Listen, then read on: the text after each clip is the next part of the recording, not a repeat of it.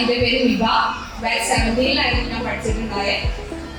So first of all എൻ്റെ ഒരു through out journey ഒരു 10 മിനിറ്റ്സ് തരണം, എനിക്ക് മാത്രമേ എനിക്ക് ത്രൂ ഔട്ട് ജേർണി പറയാൻ പറ്റൂ. എനിഹൗ ഞാൻ വർക്ക് ചെയ്യായിരുന്നു. ഞാനൊരു മെഡിക്കൽ കോഡറായിട്ട് വർക്ക് ചെയ്യായിരുന്നു. കുറേ കാലം പുറത്തായിരുന്നു.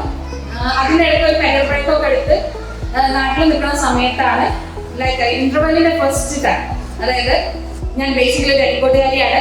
സോ ഇന്റർവെല്ലിന്റെ ഫസ്റ്റ് ജേർണി മുതൽ എനിക്കറിയാം. ആൻഡ് ഫോർ മീ ഇത് എനിക്ക് വളരെ പ്രൗഡായിട്ടുള്ള മൊമെന്റ് ആണ്. കാരണം ഇതിലൊരു CEO അതുപോലെ തന്നെ നീ രണ്ടുപേരും എൻ്റെ ജൂനിയേഴ്സ് ആണ്. സോ അവരും കൂടി പാർട്ടായിട്ടാണ് ഇന്റർവെൽ വരുന്നത് എന്ന് പറഞ്ഞപ്പോൾ എനിക്ക് ഭയങ്കര ആഗ്രഹമായിരുന്നു അതിലൊന്ന് ജോയിൻ ചെയ്യാൻ വേണ്ടിയിട്ട്. സോ ഫസ്റ്റ് ഓഫീസ് ജോളി ഹോട്ടലിന്റെ അടുത്തുള്ള അല്ലേ, ജോളി ഹോട്ടലിന്റെ അടുത്തുള്ള ആ ഓഫീസ് മുതൽ എനിക്കറിയാം. അപ്പൊ ഞാൻ എപ്പോഴും അവരുടെ പോസ്റ്ററുകൾ കാണും. അപ്പൊ ഞാൻ വിചാരിക്കും എങ്ങനെ ഇന്റർവെല്ലിന്റെ ഒരു പാർട്ടാവാം, എനിക്ക് എങ്ങനെ അവിടെ ജോലി കിട്ടും, ഞാൻ എന്ത് ചെയ്യണം. അങ്ങനെ ഞാൻ ഒത്തിരി CV അയച്ചു. പക്ഷെ കണ്ടിന്യൂസ് റിജക്ഷൻ ആയിരുന്നു. ആരും തിരിഞ്ഞു നോക്കിയില്ല. ഞാൻ അങ്ങനെ കണ്ടിന്യൂസ് ഓരോ മാസം CV അയക്കും, എനിക്ക് ഓരോ മാസവും റിജക്ഷൻ കിട്ടും. അങ്ങനെ എൻ്റെ നൈബർ ഇന്റർവെല്ലിൽ ട്യൂട്ടറായിട്ട് വർക്ക് ചെയ്യാൻ തുടങ്ങി ഓൺലൈനായിട്ട്. അത് കൊറോണ പീരീഡിലായിരുന്നു. ലൈക്ക് അവള് എനിക്ക് പറഞ്ഞു തന്ന കുറെ കാര്യങ്ങൾ ഉണ്ടായിരുന്നു. ഇന്റർവെല്ലിൽ എന്തൊക്കെയാണ് ഏറ്റവും ബെനിഫിറ്റ് ആയിട്ട് കിട്ടുന്നത്, അവർക്ക് എത്രയൊക്കെ ഇംപ്രൂവ്മെന്റ് അവളുടെ ടീച്ചിങ് സ്കില്ലിൽ ഉണ്ടായി, എത്രയൊക്കെ അവർക്ക് സംസാരിക്കാൻ പറ്റി, മറ്റു ഓഡിയൻസിനെ കാണുമ്പോഴും കുട്ടികളെ കാണുമ്പോഴും അവർക്ക് എത്രത്തോളം മിങ്കിൾ ചെയ്യാൻ പറ്റുന്നുണ്ട്, ഇങ്ങനെയുള്ള കാര്യങ്ങളൊക്കെ ഉണ്ടായിരുന്നു. എന്നെ കാണുമ്പോൾ ഞാനൊരു എക്സ്ട്രോവേർട്ട് ആണെങ്കിലും ബേസിക്കലി ഞാൻ വളരെയധികം ഇൻട്രോവേർട്ട് ആണ്. സോ എനിക്ക് എന്നിലെ എക്സ്ട്രോവേർട്ടിൽ, അതായത് ഞാൻ പഠിച്ച സമയത്ത് ഉണ്ടായിരുന്ന എന്നിലെ എക്സ്ട്രോവേർട്ടിനെ പൊടി തട്ടി പുറത്തു കൊണ്ടുവരണമെന്നുണ്ടായിരുന്നു. സോ എനിക്ക് കുറച്ചും കൂടെ ആഡ് ഓൺ, എൻ്റെ സ്കില്ലിലോട്ട് കുറച്ചും കൂടെ ആഡ് ഓൺ ചെയ്യണമെന്നുണ്ടായിരുന്നു. പിന്നെ ഒരു കോർപ്പറേറ്റ്സിന് വേണ്ടിയിട്ട് ഓഫീസ് വർക്ക് ചെയ്യുന്നതും നമ്മൾ ടീച്ചിങ് ഫീൽഡിലോട്ട് കരിയറിലോട്ട് മാറുമ്പോഴും ഒത്തിരി വ്യത്യാസമുണ്ട്. സോ എനിക്ക് നല്ലൊരു ടീച്ചറായിട്ട് വരണമെന്നുണ്ടായിരുന്നു. സോ ഞാൻ വീണ്ടും ട്രൈ ചെയ്തു, വീണ്ടും റിജക്ഷൻ വന്നു. അതിൽ എൻ്റെ അനിയൻ, എൻ്റെ ബ്രദർ വീണ്ടും ഇന്റർവെൽ ട്യൂട്ടറായിട്ട് വർക്ക് ചെയ്യുകയുണ്ടായി. അപ്പോൾ ആൾ മുഖേനയാണ് ECPC എന്നുള്ള കോഴ്സിനെ കുറിച്ച് ഞാൻ അറിയുന്നത്. അവൻ പറഞ്ഞു ഇങ്ങനെ ഒരു പുതിയ കോഴ്സ് ഇൻട്രൊഡ്യൂസ് ചെയ്യുന്നുണ്ട്, നമുക്ക് ജോയിൻ ചെയ്ത് നോക്കുമെന്ന് പറഞ്ഞു. ഞാൻ ഫസ്റ്റ് എല്ലാ കാര്യവും മുതൽ മൈ ഹസ്ബൻഡ് ഞാൻ എൻ്റെ ഉമ്മയുടെ ഷെയർ ചെയ്യാം. ഉമ്മ പറഞ്ഞു വേണ്ട, കാരണം ഇതൊരു മോണ്ടിസോറി കോഴ്സാണ്, വേണ്ട ചെയ്യേണ്ടതെന്ന് പറഞ്ഞു. ഉമ്മ 3 മാസം വെക്കേഷനിലെ ഉപ്പാടെ അടുത്ത് പോയ സമയത്ത് ആരോടും പറയാണ്ട് ഒരാളെയും അറിയിക്കാണ്ടാണ് ഞാൻ ഈ കോഴ്സിൽ ജോയിൻ ചെയ്തത്. സോ ആ ഒരു 10 months ജേർണി എന്ന് പറയുന്നത് എനിക്കറിയില്ല, ഭയങ്കര അടിപൊളി മൊമെന്റ്സ് ആയിരുന്നു. കാരണം ഓൺലൈനായിട്ട് പഠിക്കുമ്പോഴത്തേനും നമുക്ക് ഉണ്ടാവുന്ന ഒരുപാട് ക്വസ്റ്റ്യൻസ് ഉണ്ടാവും. നമുക്ക് എങ്ങനെ ക്ലാസ്സുകൾ മനസ്സിലാവും, നമുക്ക് ഓൺ ടൈമിൽ കയറാൻ പറ്റൂലേ. നമ്മളൊക്കെ ഇപ്പോൾ വേറൊരു ഫാമിലിൻ്റെയും കൂടെ പാട്ടായിരുന്നു. എനിക്കൊരു മോനുണ്ട്, 9 വയസ്സായ മോനുണ്ട്.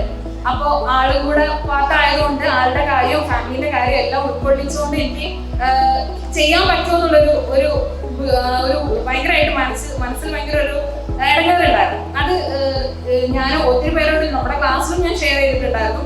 പക്ഷേ ടു മീ നമ്മുടെ ടീച്ചേഴ്സ് ആണെങ്കിലും, ആയിഷ മാം ആണെന്നുണ്ടെങ്കിൽ, ബേബി മാം, ഹബീബ മാം, നമ്മുടെ നാസിയ മാം, അതുപോലെ നമ്മുടെ അർച്ചന മാം, എല്ലാവരും ഒരു ടീച്ചേഴ്സ്, ബസി മാം, എല്ലാവരും CROs ആണെങ്കിലും ടീച്ചേഴ്സ് ആണെങ്കിലും നമ്മളെ ഈച്ച് ആൻഡ് എവറി ടൈം 24/7 എന്ന് വേണമെങ്കിൽ പറയാം. ഞാൻ അർച്ചന മാമിനൊക്കെ ഒത്തിരി ബുദ്ധിമുട്ടിച്ചിട്ടുണ്ട്, കാരണം എനിക്ക് ഡൗട്ട്സ് കൂടുതലായി. അപ്പൊ ഞാൻ അർച്ചന മാമിനോട് അങ്ങനെ വിളിച്ച് ചോദിക്കും. അത് രാവിലെയെന്നോ രാത്രിയെന്നോ ഇല്ലാണ്ട് ഞാൻ വിളിച്ച് ചോദിക്കായിരുന്നു.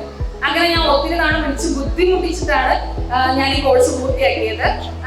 അൽഹംദുലില്ലാ ഞാൻ വളരെ നല്ല സ്കോറിൽ തന്നെയാണ് കോഴ്സ് പൂർത്തിയാക്കിയത്. ആൻഡ് ആ സമയത്ത് എനിക്ക് ജോണ്ടിസ് വന്നു. ഏകദേശം 2 മാസത്തോളം ഞാൻ കിടപ്പിലായി. ആ സമയത്ത് എനിക്ക് പറയാതിരിക്കാൻ പറ്റില്ല, എൻ്റെ ബെസ്റ്റ് ഫ്രണ്ട്സ് അഫ്ര, ഹസ്ലി, ആലിയ രണ്ടുപേരും ഇവിടെ വന്നിട്ടുണ്ട്. ഹസ്ലി ഇവിടെ ഇല്ല, ഹസ്ലി നാട്ടിലില്ല. ഹസ്ലി ഒരുപാട് കാലം കോൺവക്കേഷൻ ഉണ്ടാവും എന്ന് വിചാരിച്ച് നാട്ടിൽ നിന്ന ആളായിരുന്നു, ഇപ്പോൾ പുറത്താണ്. ഇവരെന്നെ വളരെയധികം സപ്പോർട്ട് ചെയ്തിട്ടുണ്ട് എൻ്റെ സ്റ്റഡീസിൽ. പിന്നെ നമ്മളെല്ലാവരും, നമ്മുടെ ബാച്ച് 17 ഒരു നല്ലൊരു സ്റ്റുഡൻസ് മാത്രമല്ല, നമ്മൾ എല്ലാവരും തമ്മിലൊരു ബോണ്ട് ഉണ്ടായിരുന്നു, നല്ലൊരു ബോണ്ട് ഉണ്ടായിരുന്നു. അപ്പോൾ ക്ലാസ് മിസ്സായവർക്കൊക്കെ നമ്മൾ നോട്ട്സ് ഒക്കെ ഷെയർ ചെയ്തിട്ട് അവർക്കൊക്കെ എക്സാം എഴുതാൻ പറ്റി. ആ എക്സാമും എല്ലാം വളരെ അടിപൊളിയായിട്ട് ഫിനിഷായി. ഞാൻ എൻ്റെ ഇന്റേൺഷിപ്പ് തുടങ്ങി. എനിക്ക് തോന്നുന്നു ബാച്ച് 17 ഫസ്റ്റ് ഇന്റേൺഷിപ്പ് തുടങ്ങിയത് ഞാനാണ്. ആൻഡ് തുടങ്ങി ഇൻ ബിറ്റ്വീൻ കഴിഞ്ഞ ജൂണിൽ എനിക്ക് ഇവിടെ തന്നെ മഞ്ചേരി തന്നെ എനിക്ക് ഓഫ്ലൈൻ ആയിട്ട് ഒരു ഫോമിലോട്ട് ജോയിൻ ചെയ്യാൻ പറ്റി. ഞാനിപ്പോൾ മറ്റൊരു ഫോമിൻ്റെയും കൂടെ ഭാഗമാണ്. അവിടെ MTTC ഇതുപോലെ തന്നെ മോണ്ടിസോറി TTC സ്റ്റുഡൻസിന്റെ കമ്മ്യൂണിക്കേറ്റീവ് ഇംഗ്ലീഷ് ട്രെയിനറായിട്ട് വർക്ക് ചെയ്യുന്നു. മിനിഞ്ഞാന്ന് എൻ്റെ സ്റ്റുഡൻസിന്റെ കോൺവക്കേഷൻ ആയിരുന്നു. അന്ന് ഞാൻ ടീച്ചറായിട്ട് നിന്നിട്ടുണ്ടെങ്കിൽ ഇന്ന് ഞാൻ സ്റ്റുഡൻ്റ് ആയിട്ട് നിൽക്കുന്നു. അതിൽ ഇപ്പോഴാണ് ഞാൻ മോസ്റ്റ് പ്രൗഡ്, അന്നത്തെക്കാളും ഏറ്റവും കൂടുതൽ പ്രൗഡായിട്ട് നിൽക്കുന്ന മൊമെന്റ്സ് ഇതാണ്. ഇതിന് എനിക്ക് ഏറ്റവും ഭാഗ്യം തന്നത് ഇന്റർവെല്ലാണ്. ഞാൻ ഒരു 4 ഓൺലൈനായിട്ടും 1 ഓഫ്ലൈനായിട്ടും ഞാനിപ്പോൾ വർക്ക് ചെയ്യുന്നുണ്ട്. ഇന്റർവെല്ലിന്റെയും പാർട്ടാണ്. ഇൻ ബിറ്റ്വീൻ ഞാൻ ചെറിയൊരു ഗ്യാപ്പ് എടുത്തിട്ടുണ്ട്. ഇൻഷാല്ലാ തിരിച്ചു വരും. സോ ഞാൻ ഭയങ്കര പ്രൗഡാണ് ഈ ഒരു അവസരത്തിൽ. പിന്നെ ഞാൻ ഇത്രയും ഇന്റർവെല്ലിനോടും എൻ്റെ ക്ലാസ്മേറ്റ്സിനോടും എൻ്റെ എല്ലാ ടീച്ചേഴ്സിനോടും ഞാൻ ഇന്റേൺഷിപ്പ് ചെയ്തിരുന്നപ്പോൾ ഉണ്ടായിരുന്നു എൻ്റെ സഫീല മാം, അതുപോലെ ശ്രീജിത മാം, ഇവരോടൊക്കെ എല്ലാവരോടും, ആരെങ്കിലും വിട്ടുപോയിട്ടുണ്ടെങ്കിൽ സോറി, എല്ലാവരോടും thank you very much. And that's all. Thank you.